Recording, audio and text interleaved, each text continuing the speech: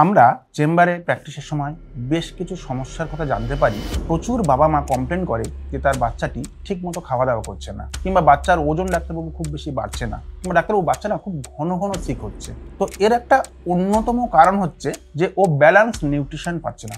আসুন আজকে আমরা আলোচনা করে নিই একটা ব্যালেন্স ডায়েট কিরকম হয়, যেটা বাচ্চাদের সঠিক গ্রো করতে সাহায্য করে।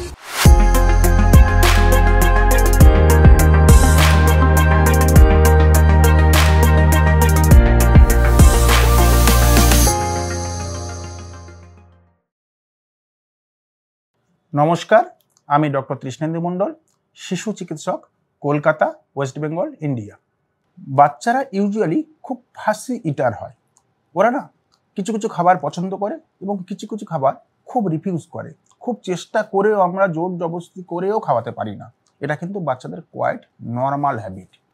কিন্তু এই পুয়ার ইটিং হ্যাবিট যদি পারসিস্টেন্টলি চলতে থাকে, তাহলে কিন্তু বাচ্চার এসেনশিয়াল নিউট্রিশন ডেফিসিয়েন্সি হয়। সেক্ষেত্রে বাচ্চার কতগুলো সাইন সিমটম, কিছু কিছু রোগের লক্ষণ ডেভেলপ করতে থাকে। যেমন বাচ্চা খুব ইরিটেবল থাকে, কনসেন্ট্রেশন খুব কম হয়, ওয়েট গেইন খুব কম হয়, বা খুব ঘন ঘন বাচ্চা অসুস্থ হয়ে পড়ে।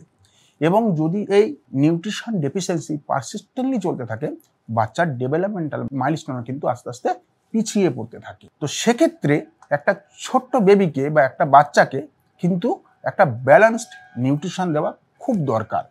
শুধুমাত্র কার্বোহাইড্রেট যেমন দিলে আমাদের শরীর চলে না, তেমনি শুধুমাত্র প্রোটিন পেলেও কিন্তু এনার্জির ডেফিসিয়েন্সি হয়। সুতরাং কার্বোহাইড্রেট, প্রোটিন, ফ্যাট এবং এসেনশিয়াল নিউট্রিয়েন্টস খাবারের মাধ্যমে একটা বাচ্চাকে দিতে হবে। এবং একটা ছোট বাচ্চা যতই ফাসি ইটার হোক না কেন, তার খাবারটাকে বিভিন্নভাবে, সিম্পল খাবারটাকে কিন্তু তাদের কাছে খুব আকর্ষণীয় করে তোলা যায়।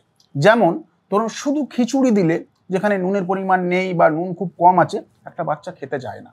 তো সেক্ষেত্রে তার সঙ্গে যদি আমরা একটু বাটার বা ঘি মিশিয়ে দিই, তাহলে কিন্তু সেটা অনেকটা একটা বাচ্চার ক্ষেত্রে আকর্ষণীয় হতে পারে, তারা একটু খেতে পারে। তাছাড়া ধরুন ওগার্ট দিতে পারি, আমরা বাটার মিল্ক দিতে পারি, এবং বাড়িতে তৈরি করে হোমমেড লাড্ডু অফার করতে পারি। প্রোটিনের জন্য আমরা ডিম দিতে পারি, ইয়োগার্ট দিতে পারি, পনির দিতে পারি, এবং যারা নন ভেজিটেরিয়ান তাদের ক্ষেত্রে আমরা নির্দিষ্ট বয়সে আমরা চিকেন কিংবা মাছও যোগ করতে পারি। এবং একটা ভ্যারাইটির খাবার যদি একটা বাচ্চাকে লম্বা সময় খাওয়ানো যায়, সে কিন্তু আস্তে আস্তে ফিড রিফিউজাল করে। সুতরাং ভ্যারাইটি অফ ফুড পিরিয়ডিক্যালি তাদেরকে ইন্ট্রোডিউস করতে হয়, ফলে একটা ছোট বাচ্চা তার খাওয়ার প্রতি একটু আগ্রহ বাড়ে।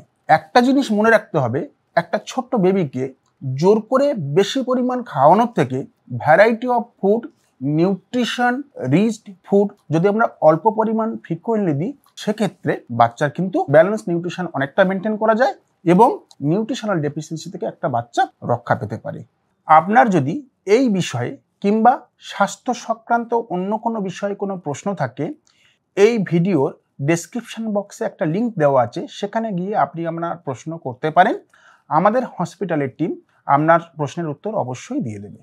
আমাদের হসপিটালে এক্সপার্ট শিশু চিকিৎসকের সাথে সাথে এক্সপার্ট নিউট্রিশনিস্টের টিমও আছে 24x7। সুতরাং আপনাদের শিশুর খাদ্য কিংবা খাদ্য তালিকা বা ফুড চার্ট সম্পর্কে কোনো রকমের যদি কোনো প্রশ্ন থাকে, আপনি কিন্তু আমাদের হসপিটালের সঙ্গে যোগাযোগ করতে পারেন।